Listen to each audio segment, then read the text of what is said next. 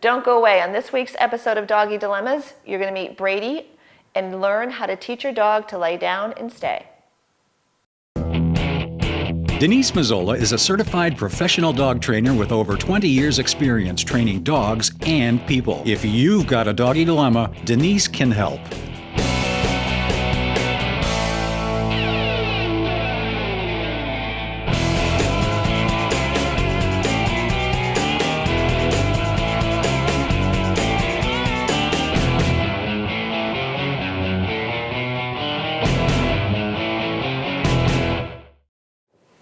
Hi, welcome to another episode of Doggy Dilemmas. I'm Denise Mazzola. Today we're visiting Carolyn and her two dogs, Brady and Jordy. And we've got multiple issues, I think, going on. So Carolyn, kind of bring everybody up to speed, and we're going to focus mostly on Brady. So how old is he, and what are his issues? Is a little over 4 years, and his the biggest issue I'm contending with right now is he gets so ramped up and excited when people come to the house that he barks, and my biggest concern is he jumps up on people entering into the house. Okay. And every now and then he does a little nippy thing too when he's jumping, or he looks for something to nip. Okay. And so like a redirection? It's not quite a redirection. It seems a little more like part of his like, I'm so excited I can't contain myself. Okay. So he's jumping, he's barking, and doing a little, Okay. And for guests and friends, even people very familiar with dogs, it's, tough when 75 pounds is coming at you. Right. Okay. Yeah, we're talking about you. Yes, we are. Okay. And the bark is exceptional. Right. It's piercing. I mean, Yes. I'm sure it's causing hearing damage. And In it's all the of one us. who hears it most. Yeah. Right. Okay. So it is, the barking and then the jumping up. I have one friend that is deathly afraid of dogs. And last winter, Brady jumped up and dumped her into a snowbank. Okay. But even, anybody who comes up, even people who can handle it.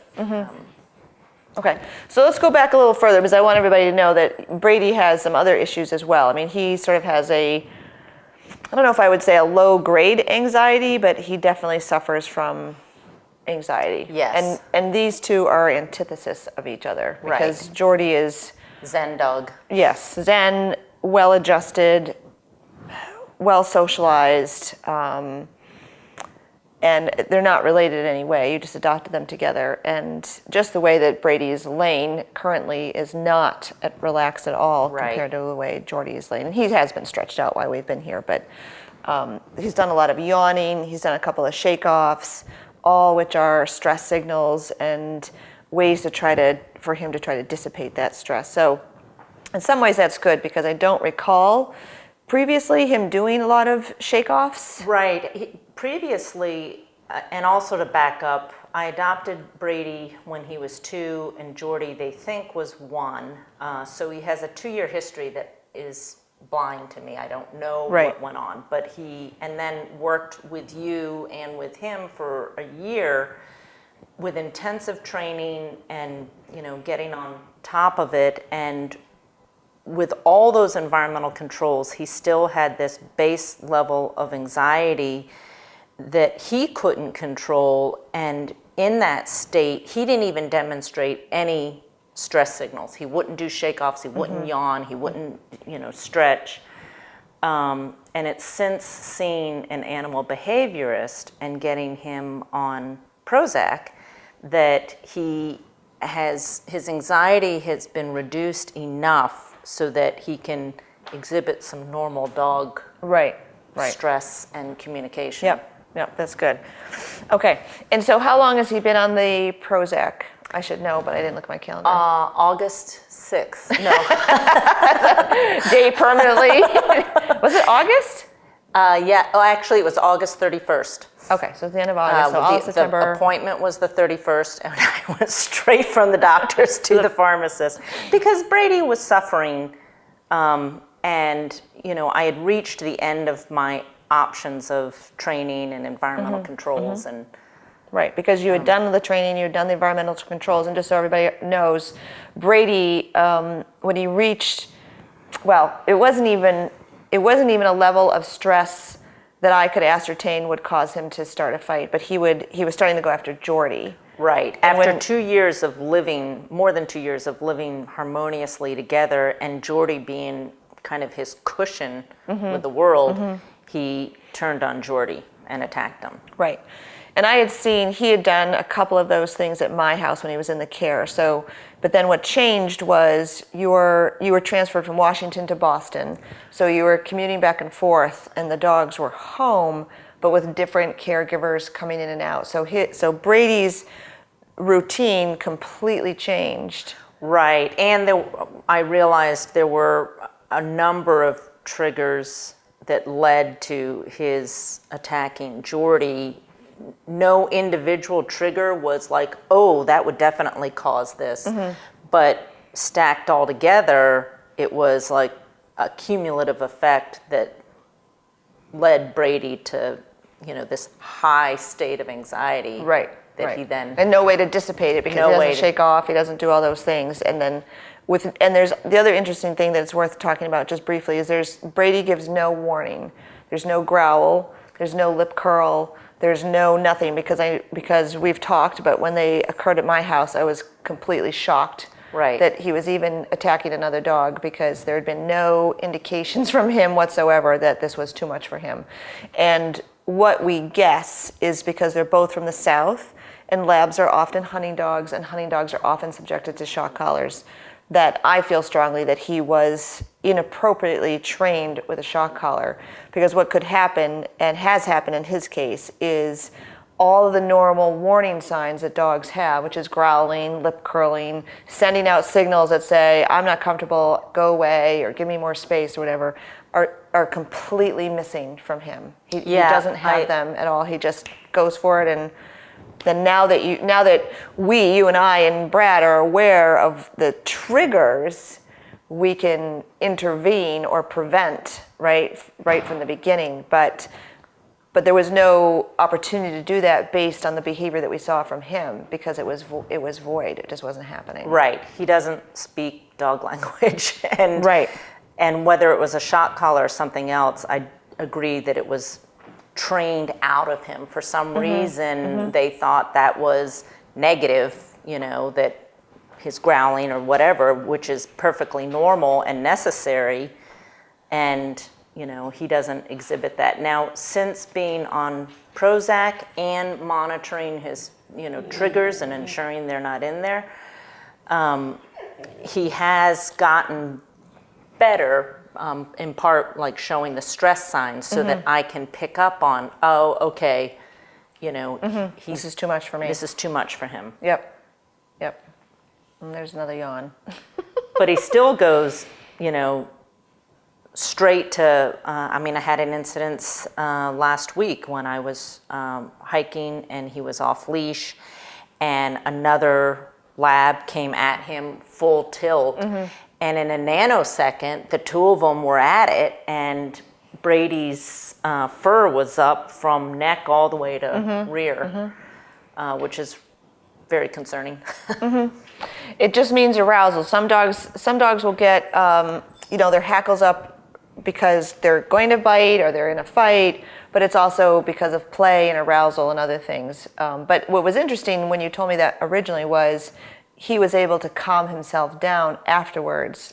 Yes. He felt much faster. His recovery was better. Yeah, pre-Prozac, and he wouldn't have really been able to recover. It would have been me manually with the leash and everything else. And holding him back, and this time you got him leashed, and then he was able to follow some commands. Yeah.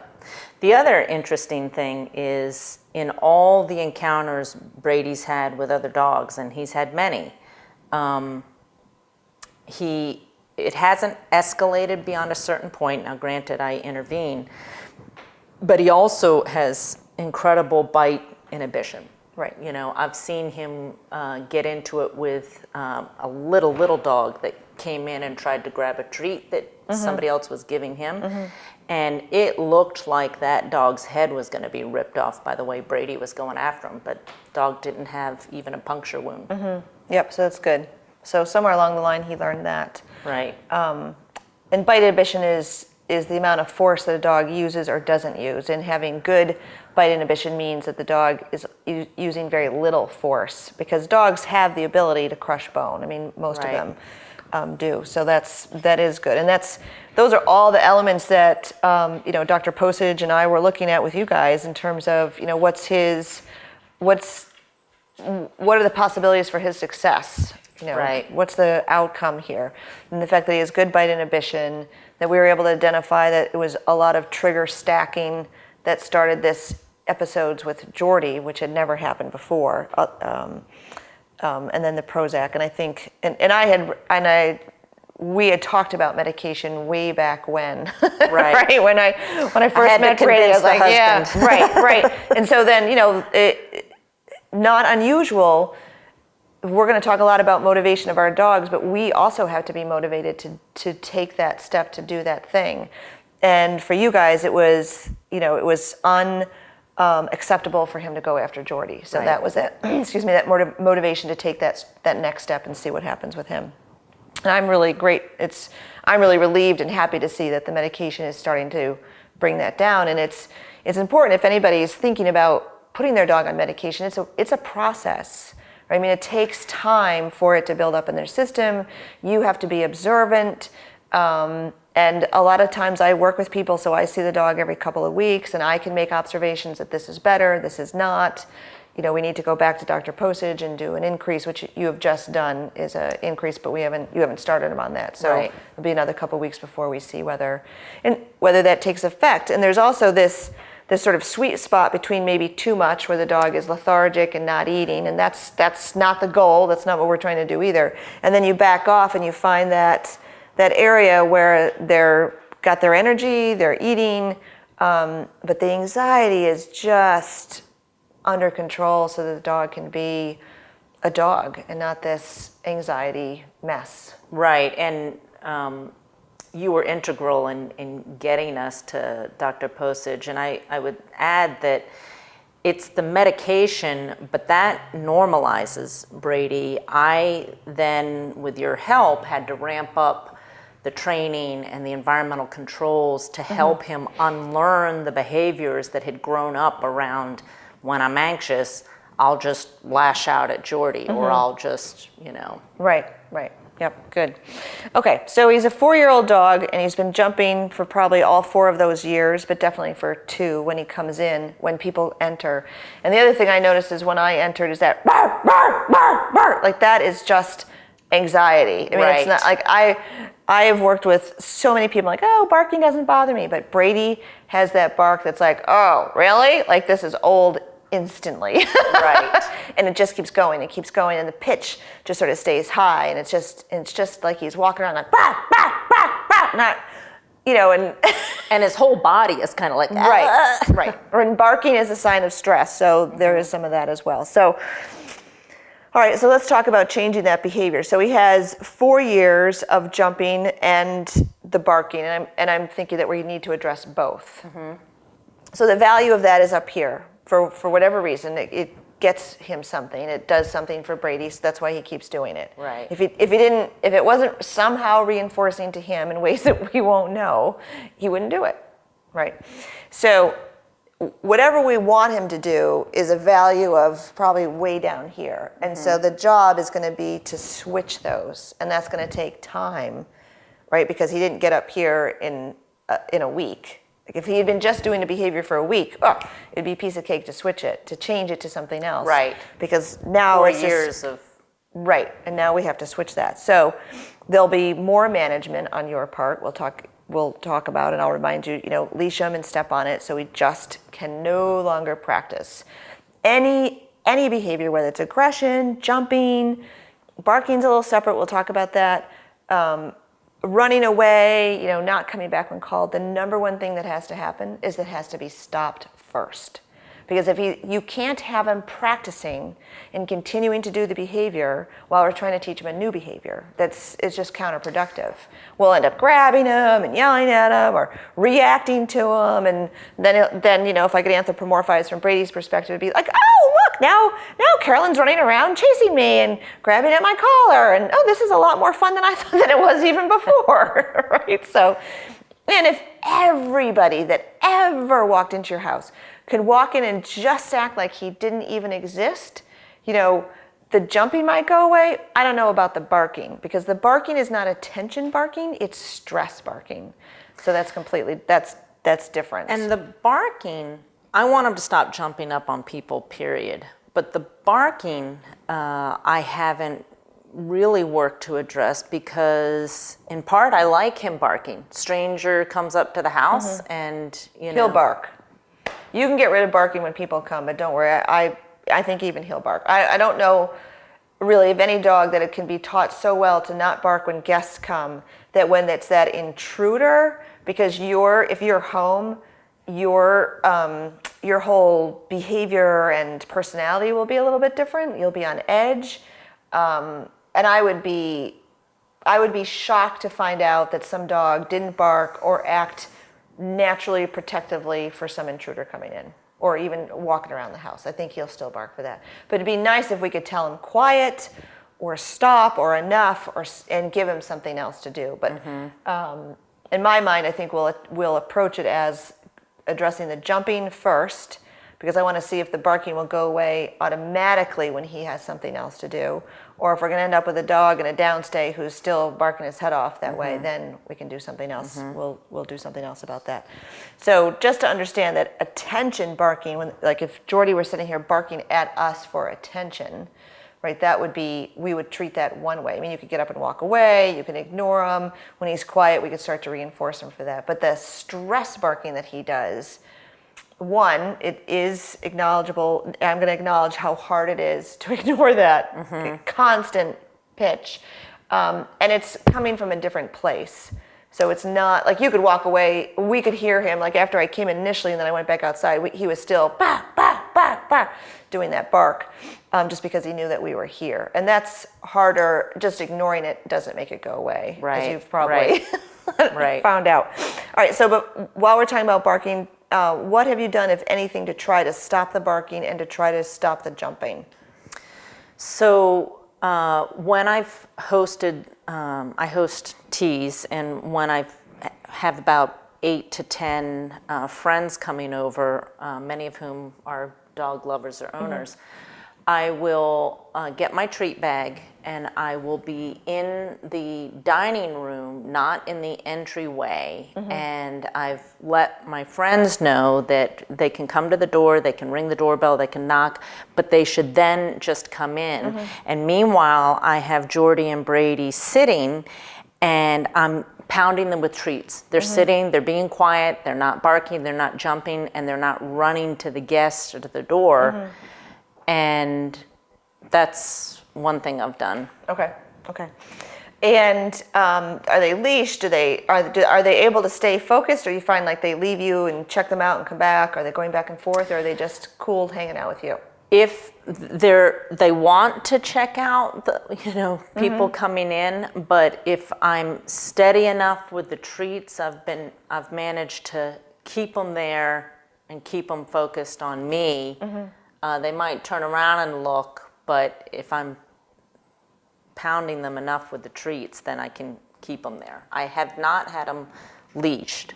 Okay. I did do that once, where I leashed them and. Okay.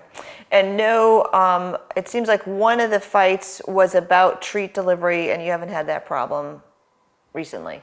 Right. And I really haven't had issues between them, other than that one isolated incident around food or treats. Okay. So our focus is going to be on Brady and not on Jordy. So he can either be crated, or we're just going to kind of ignore him. But you're going to have to train one dog at a time, and our focus should be on Brady. Okay. And because Jordy jumped, like he didn't even bark. He barked the second time I came in, and it was a little squeal that was kind of Right, cute. he does this. Right. There wasn't really anything that needs to be addressed. And as you said, when he jumps, he's levitating, but it's out here. Like he's just jumping for Usually. joy, and he's not jumping on people, which is the difference. So, Right. but you can't train two dogs at the same time. Yep. It's just not as effective. Well, there might be mistake number one, because I'm with both of them at the same Right. time all the time. Right. But he can, Jordy could be outside, or he could be crated with treats and be very happy about that while you do a 10-minute session with Brady. And the sessions need to start before you ever have people come over, so that he can learn the behavior first. So let me just talk a little bit about that, how we're going to do this. We're going to do one dog, and I've over the summer did a lot of seminars with Bob Bailey, and Bob Bailey is one student away from B.F. Skinner, so his knowledge on learning theory and how to apply it is like nothing I've ever heard before. And one of the things that he reminded us all of is, one, nobody argues that 2 + 2 = 4. Like, it's science, right? It's math. We all get that. And learning theory is really just as scientific, and it's been diluted and washed down, and I don't know why everybody that's written a book has seemed to change something, as if you could change 2 + 2 = 4 to say, in this case it equals 5, and we've all drank the Kool-Aid and thought, that's how it is. So one dog at a time, we're going to decide what his alternative behavior is going to be. So it's called a DRI, a differential reinforcement of an incompatible behavior. It sounds really, whoa! Ask him to sit, ask him to lie down. That's an incompatible behavior to jumping. So it doesn't have to be, spin 16 times and roll over and play dead for 10 minutes. Right. It doesn't need to be that complicated. It's just, because I know you're interested in training, I'm telling you a little bit more than others. So it's a DRI, that's what we're going to do. And it's going to have to be heavily reinforced, like you've talked about with the sit. So it could be a sit, it could be a down.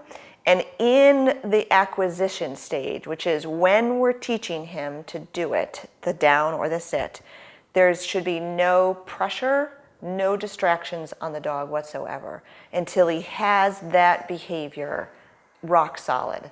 And I would say a 15-minute down, so that people are coming over, and then we'll have to talk about what the signals will be to lie down. Mm-hmm. And you can have more than one cue mean the same behavior. So you could have doorbell equal sit or down. You could have knocking equal sit or down. Do you normally say something, come in, or do you just go to the door and let them in? Or do you say hello? Any of those things that start trigger jumping and craziness. All those things can equal down to him, as well as you saying down. But it would be nice if he starts to hear people coming, and instead of going into this frantic mode that he does, he's like, go lie down. Mm-hmm. Because that's where I'm going to get paid. That's where all the wonderful things in life are going to happen to me when I lay down. And he can lie down in a spot. I don't feel particularly strongly that he needs to lie down on a target. It just adds one more piece of training. It's just lie down where you are, or walk to the door and lie down and be there. So when you're teaching him, and we're going to do that today, we've got pressure because I'm here and they're here, and so it's not your normal quiet day. But after today, you're going to just practice, having him lie down and stay for longer and longer increments until he's solid for 15 minutes with you.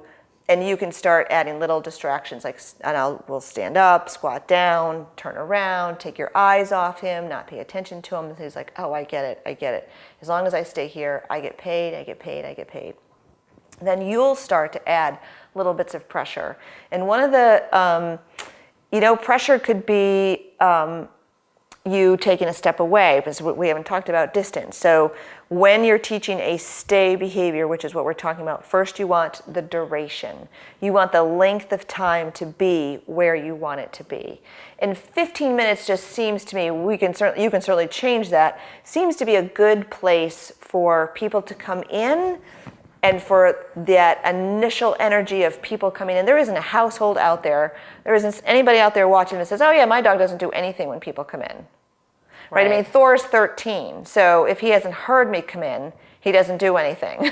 He'll still stay on the couch. But if he feels the vibration of me walking across the floor, he'll get up. But unless your dog is elderly like that, every dog in the household in America deals with this craziness that happens when either you come home or people come in. So you're in good company doing that. And on that note, neither dog jumps on us, me or Brad, when we get home. But I also have to admit that the routine is, come in the door, and then I get down to their level. Right. That's all right. So they're just learning that you'll go down to their level, and they can greet you and lick your face and do whatever it is that happens, and they don't have to jump up to do that. Right. Right. I think that jumping and barking are counter surfing is up there too, but jumping and barking are two very difficult behaviors to get rid of because, particularly with jumping, in some regards, we're at the mercy of our family and friends who are coming over. Right. And I have said for years, you cannot control your family and friends. So you need to control the dog and work with the dog. And that's that's truth right there. You cannot control your family. No. And I won't get sidetracked, but there's lots of stories. I'm a professional dog trainer, yet when people come into my house, their behavior with my dogs, I just want to say, really? Like, why are you feeding my dogs from the table? So I've just learned I cannot control my family and friends either. So I put my dogs away for certain things because I don't want them to learn that kind of stuff. Right. So the same thing with jumping. You can't control them. You can certainly set up times, can you come at 1:15, and you can have people parade through once he's at that point. But the biggest mistake we make is we think the dog understands the behavior, and then we add so much pressure that the behavior falls apart. And he has to have it rock solid. And then when you add pressure, for example, in this seminar, what they did is they brought in a balloon and it had a face on it because Bob felt that there's that waving aspect of balloons and then faces on them can upset some dogs. And sure enough, the dog was like, "What's that?"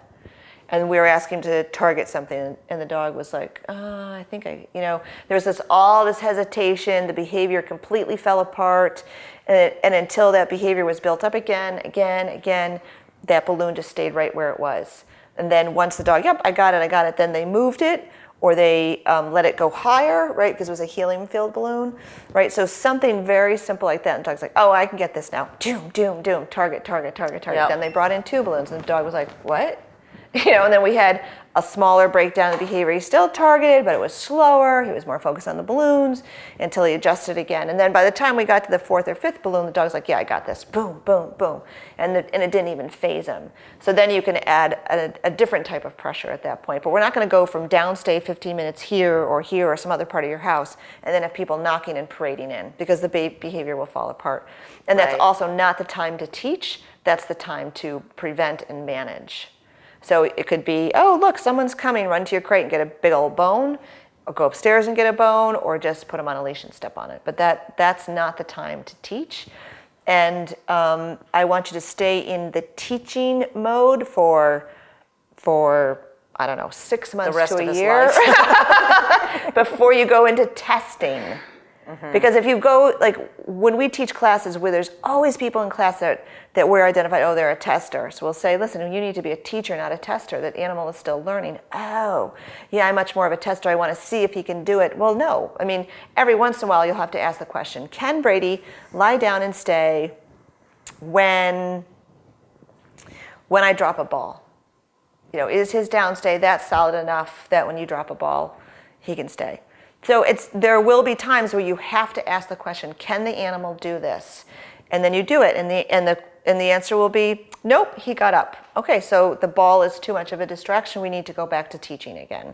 And then the ball will be present, or you'll drop it from 2 inches off the floor instead of banging against the floor. Just as a for example of how you can manipulate that pressure and or distractions on him until he's solid with doing that.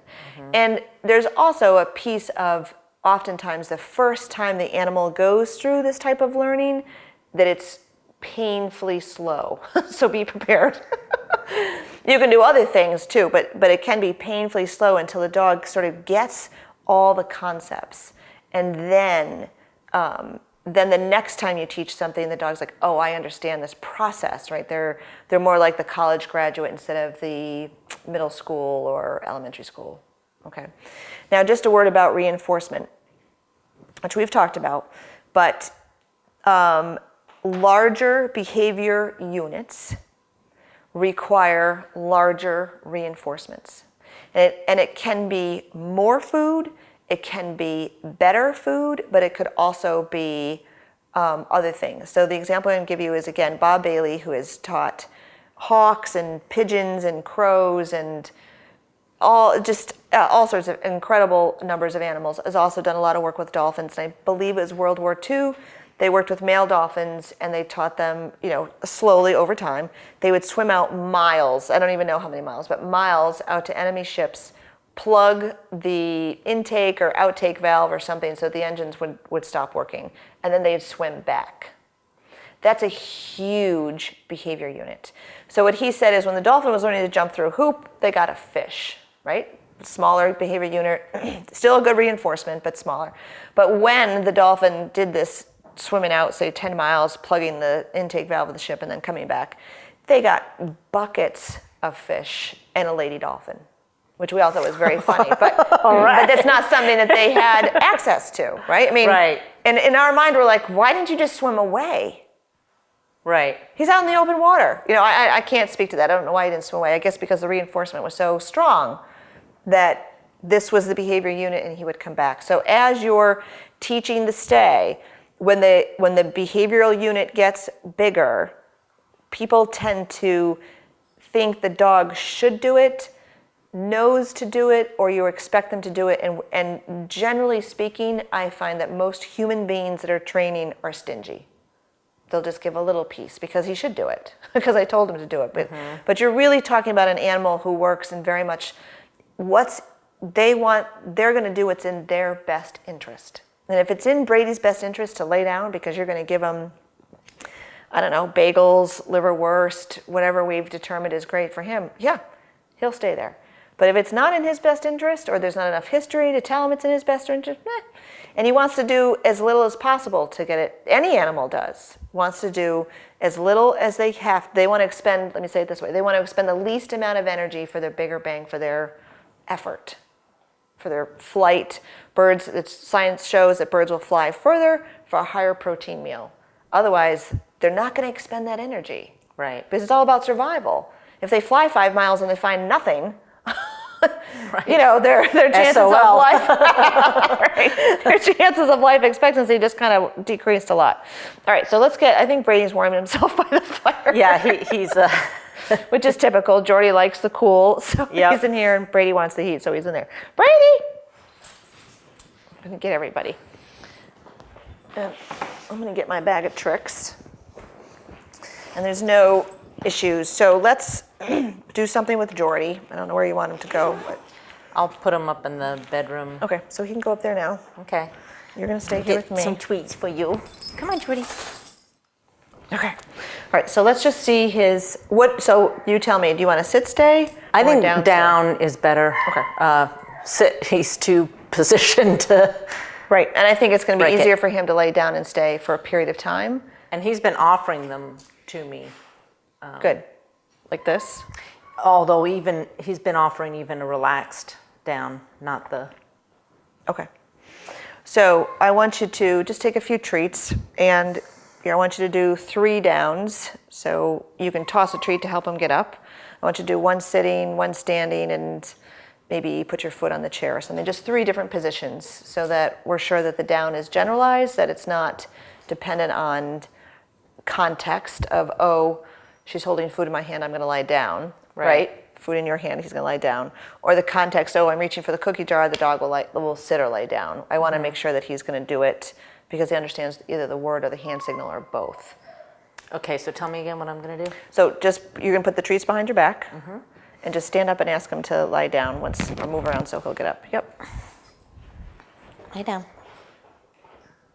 Good. All the way. Good. Boy. Good boy. So 1 for that. Good. And ask him again. Lay down. All the way. Good boy. Good.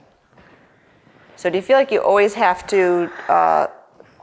Usually I have to get him to all the way.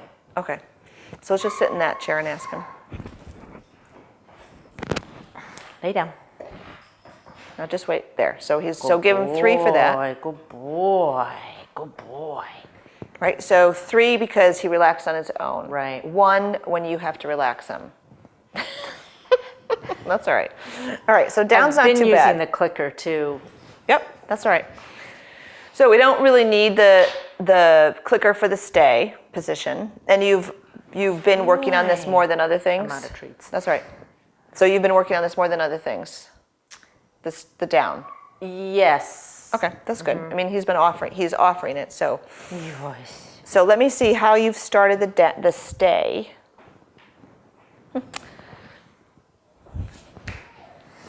So however you've started it, I just want to see how ask him to lie down, tell him to stay, however it's happening, so I can just change it as needed. Hold up. So is hold up your stay? Yeah. Okay. And crawl. So, but hold up also is don't get out of the car until I tell you. Right. And you use it at the door before he goes out the door. Right. So hold up to me, let's have some other word, because Okay. hold up could potentially have a meaning for him. Wait, and then go. Right. It does. You're right. So I think hold up is great for those other situations, but let's make this, you can use the traditional stay. It can be whatever you want it to be. Whatever you're going to remember to say to him, to tell him that he can never, ever get up once you've told him that. So do you want it to be stay? Yeah, I guess stay. Okay. So just stand up again and reposition him. Ask him to lie down. Lay down. Now wait. Okay. So tell him stay. Stay. Oop. Okay, so we can have one for that. Stay. And do you have a length of time that he stays? Do you have any sort of data on where he's at with the stay? Give him another one. Stay. It's at 10 seconds.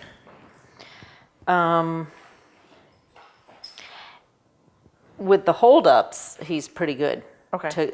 He stays until I release him, but he... And do you have a hand signal that goes with that? Do you say hold up? Yeah, hold up. Okay. Okay, so I would say stay, maybe. Stay. Okay, so we can have another one that's at 40 seconds. So we did one at 10 and one at 40. His stays are shorter in the kitchen, but I realize I'm adding pressure because I'm moving around and I'm... Okay, okay. You mean his success is shorter in the kitchen? His success is shorter Okay. in the kitchen. Okay. So we did one at 40 seconds. We're at 25 seconds. Should I be repeating stay? No, you don't have to. So this time give him maybe 2 pieces, because that was 30 seconds of duration. The total time is 1:17 right now, but I've been asking you within that time frame, we're stretching it out. So the first treat was at 10 seconds. The next one was at 40 seconds, which meant there was 30 seconds of duration. And then we did another 30 seconds of duration. And I would give him... And he broke the relaxed stay, but then he put Yeah, himself he's back swinging in. his hips back and forth, figuring that that's going to do anything. So I'd give him 2 more pieces. That was at 1:45, so that's more than 30 seconds.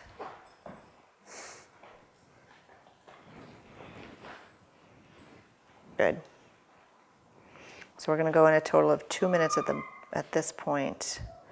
So at 2:15, I'll have you give him 3 treats, and we're just going to ignore this and see. Oh, okay, so that was at 2:09.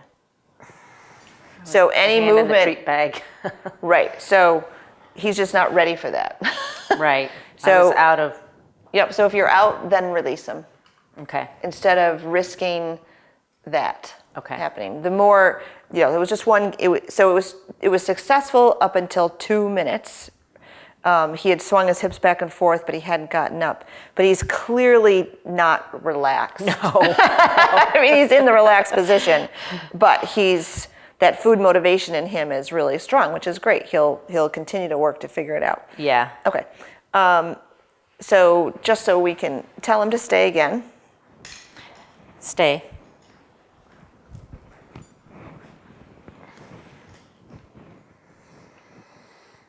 And we'll go for, this is exactly, oh, so too much. So go ahead, ask him to lie down again. Ready? Lay down. All the way. Now tell him to stay. All the way, buddy. Stay.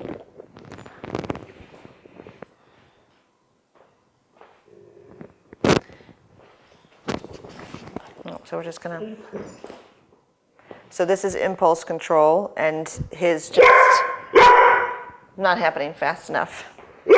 So let's just have you move to that chair so he'll get off here. Ask him to lie down. Lie down. And do you normally do them All the sitting or way. standing? Good, he's relaxed. Yeah, I'm normally standing. I have done Ask him to lie down again. lie down.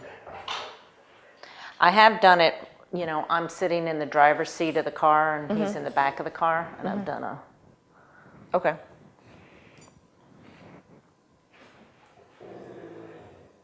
One, two, Do I three, reward? 4. 1, 2. 1, 2, 3, 4. Give him 1. 1, 2, 3, 4. Give him another one. 1, 2, 3, 4, 5, 6. Give him 1. So we're going to go back to baby steps. 1, 2, 3, 4, 5, 6, 7, 8, and give him 1. So I'm watching his hips to make sure he doesn't swing around. 1, 2, 3, 4. 1, 2, 3, 4, 5, and give him 1. 1. Do you have more treats? I have 2. 1, 2, 3, 4, 5, 6, and you can have 1. 1, 2, 3, 4, 5, 6, 7, 8, 9, 10, and you can have 2. That was 10 seconds. That's all. Okay, and then just give me a release word. Okay. Good. All right, so we're gonna have to go back to the baby steps. The first one seemed to be an anomaly. or once he gets warmed up, which to you looked more typical? The first one where he stayed. Both were typical because he's kind of like, oh, we're doing this thing, and then he gets like, Okay. so he's actually more compliant the first go around, and then Then he knows it's coming. he gets ramped up and. Okay. So we're going to do it again. And you are literally, you need to count and write it down. And I didn't bring in my pad of paper. When I'm teaching a dog to stay, I literally write down, like if I have my stopwatch on, then I know the duration. So it was a total of 2 minutes.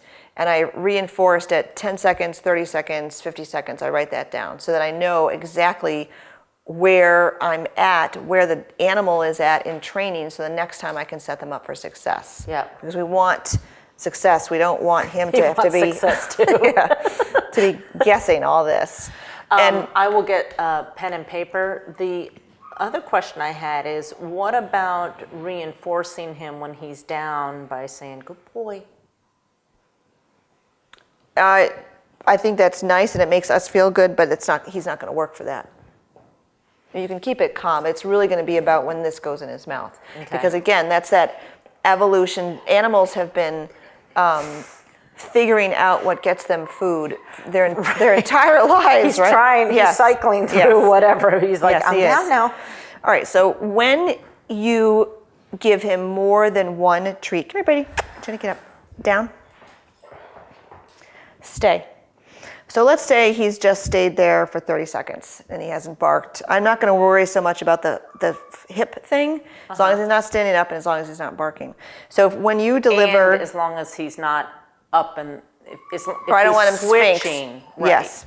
So when you give him more than one, I want you to give him 1, 2, 3, instead of a handful of 3.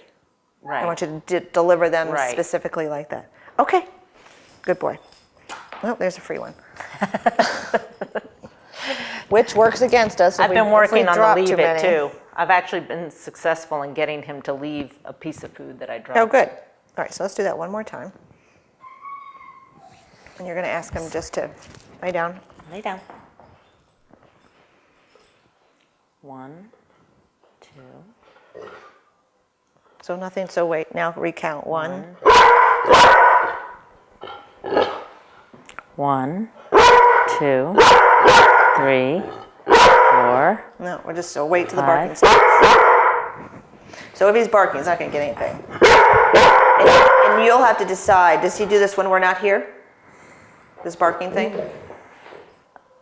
If he gets ramped up, you know, like we're doing this game thing, Right. he will. So on your Not, second or not third? usually. Not Okay. usually, though. All right, if he does, if he gets that pushy barking, that's a little bit more for attention than it is about the stress. So your choices are you can just sit back and relax, or you can just walk out of the room, even if he continues to follow. But what he needs to learn instantaneously is barking when there's treats around makes it all end. Yep. It's going to end. You're not going to, I don't want you to sit there and wait him out, because then it's like bark, bark, bark, bark, quiet, quiet, quiet, treat, treat, treat. Right. And then we never really get rid of the barking. Right. And that's, you know, that just needs to go So away. when he barks, that training session is over. Yeah, I would. How much of a time lapse before I could work with him again? I would wait maybe 30 seconds, as long as he's not barking. You know, even if he's following you around, but you get up, you walk back into the kitchen, you do whatever you need to do, and then, okay, he's quiet, ask him again. If he starts to bark, you know, put it back in the Gigs up. refrigerator, or, right, somewhere where he's not going to counter surf and get it. We don't want to set that up. Right. And I know he does it every once in a while. It's not a big thing of his. All right.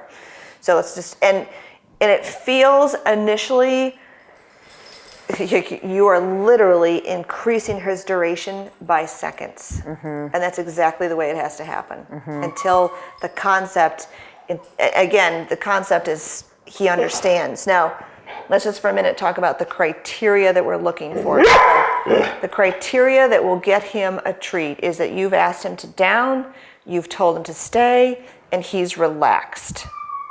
Okay? And not And barking. does it matter if I have to ask him to get into the relaxed? I when think you should first- stop asking him to Okay. relax. I think he's waiting for it. Okay. Because he shifts his hips enough to sort of tell me that he's like, is it this? Is it this? Is it that? No, is it this? Is it that? You know, like What's gonna get me the sometimes- treat? Right, like sometimes dogs will paw and speak and roll over, like they'll put all those things together. Is it this one? Is it this one? Is it this one? That's what he's sort of looking for. So let's just do it one more time. Let's just ask, so you can stand over here this time. Just ask him to lie down. Tell him to stay. Lie down. Yes. Stay. So we can have one for that because he's in the perfect position all by himself. Yep. 1, 2, 3, 4, 5, and I'd give him 1. Oh, nope. Let's just wait. 1, 2, 3, 4. All right, so 1, 2, 3, 4. Treat him. Just 1. 1, 2, 3, 4, and treat him. 1, 2, 3, 4, 5, and treat him. 1, 2, 3, 4, 5, and treat him. 1, 2, 3, and treat him. Any left? 1. 2, 3, and treat him. Then stop working. Okay. Good. And I think that was really good. That was really good. We had no barking. We didn't have the constant shifting of the hips, but so that was beautiful. And it was short, and it was sweet, and it was successful, and he had no frustration. Yeah. That's exactly what I want to see him doing. And sometimes if you're counting up, so I think the highest I got was 5. Right. And then he started to puff a little bit, right? So we could tell the anxiety, the lack of impulse control is coming in a little bit, then drop down to 3. So it's not like you're going to go 5, 7, 10, 20. If you get up to 8, go down to 4. I try to split it in half. I get up to 10, I go down to 5. Until I really see that the dog is understanding, oh, the longer I wait, the more will come. So all of this was just one treat delivery.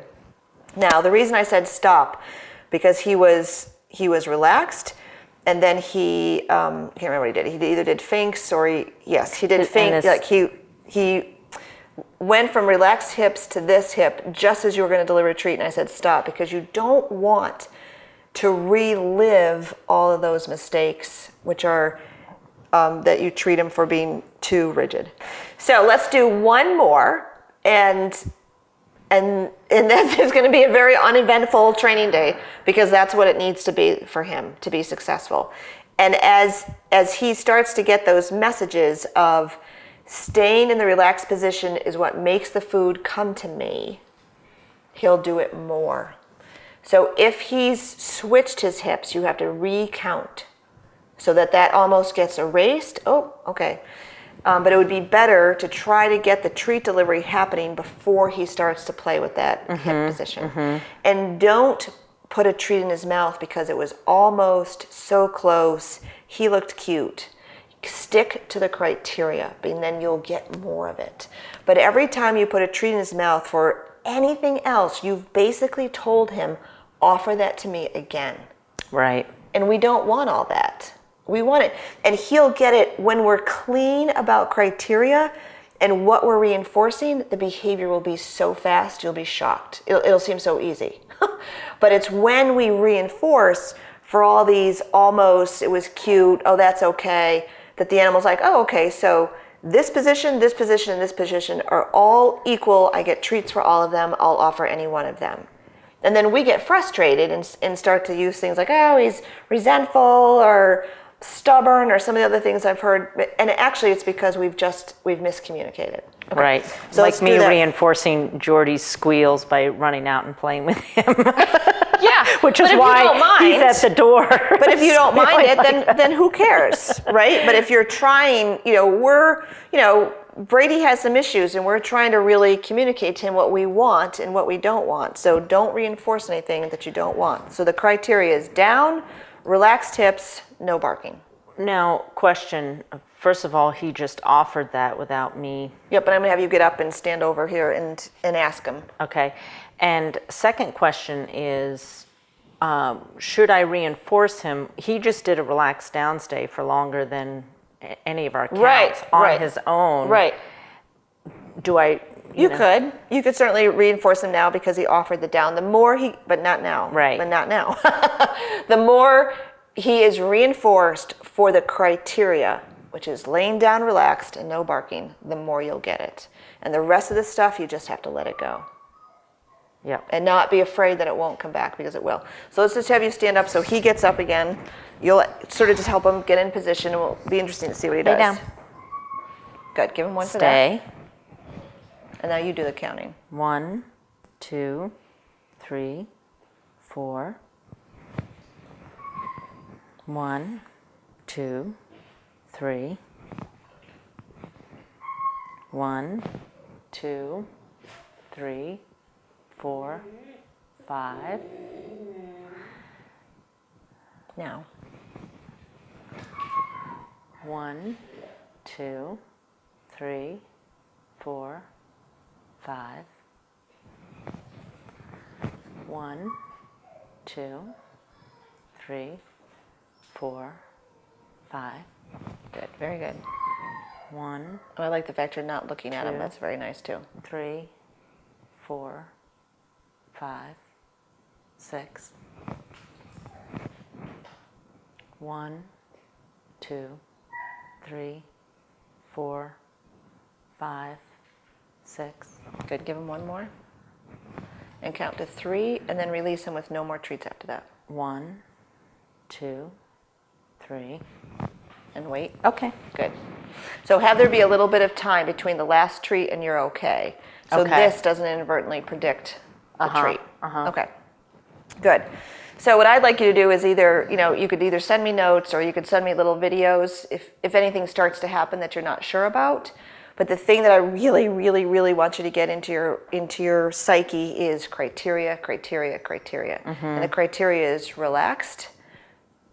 And that's it. And there should be no noise coming out of his mouth, right? And what I was perceiving to have happened is you were getting to the number that you were going to reinforce, but he was grumbling at the same time. Right. And so, nope. So we're just going to wait, kind of erase all those counts and just wait till the grumbling stops. And when you want to get rid of something, you have to wait for it to stop and then have at least 3 seconds of nothing. So he stops, 1, 2, 3, and you can treat again. Yep. Okay, good. All right, any other questions? So like I could reinforce him now because he's Relaxed. And he's not making any noise. Yep. Yep. Oh boy. So be careful if there's like this. Like if he does this and bumps your head and then lies back down. Right. Make sure that you've got enough time between all of these shenanigans or you'll chain all of this stuff together. This is what he does. Right, right. Poke you. Yo, maybe you haven't seen me here. I'm going to sneeze at you. Right. And see if I can get anything. Talk. Right, good. All right. So it doesn't, it's going to happen slowly. You're going to build this down duration up until it's rock solid.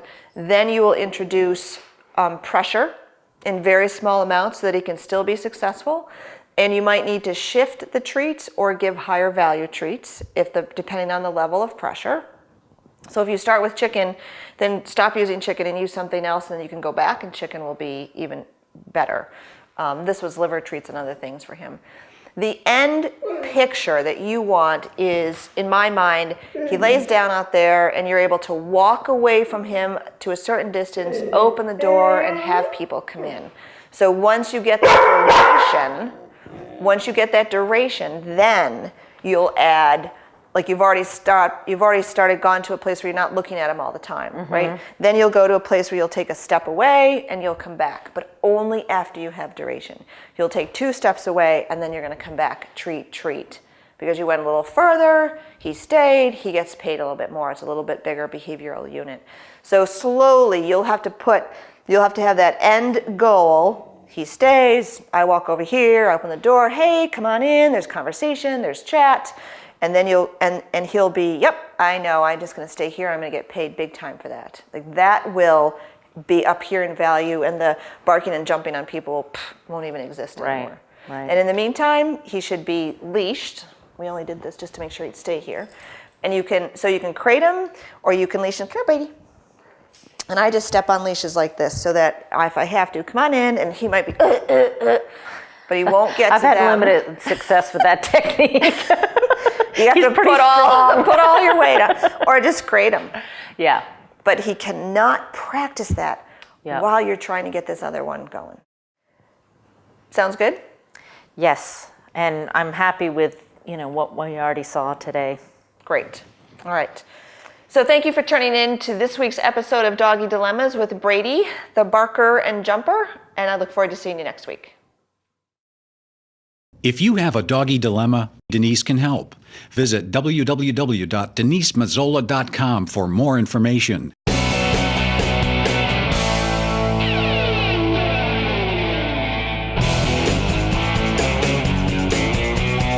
Denise Mazzola is a certified professional dog trainer tested through the Association of Pet Dog Trainers. The association requires recertification every 3 years with a minimum of 30 hours of continuing education. She has been training dogs and working with families for over 20 years.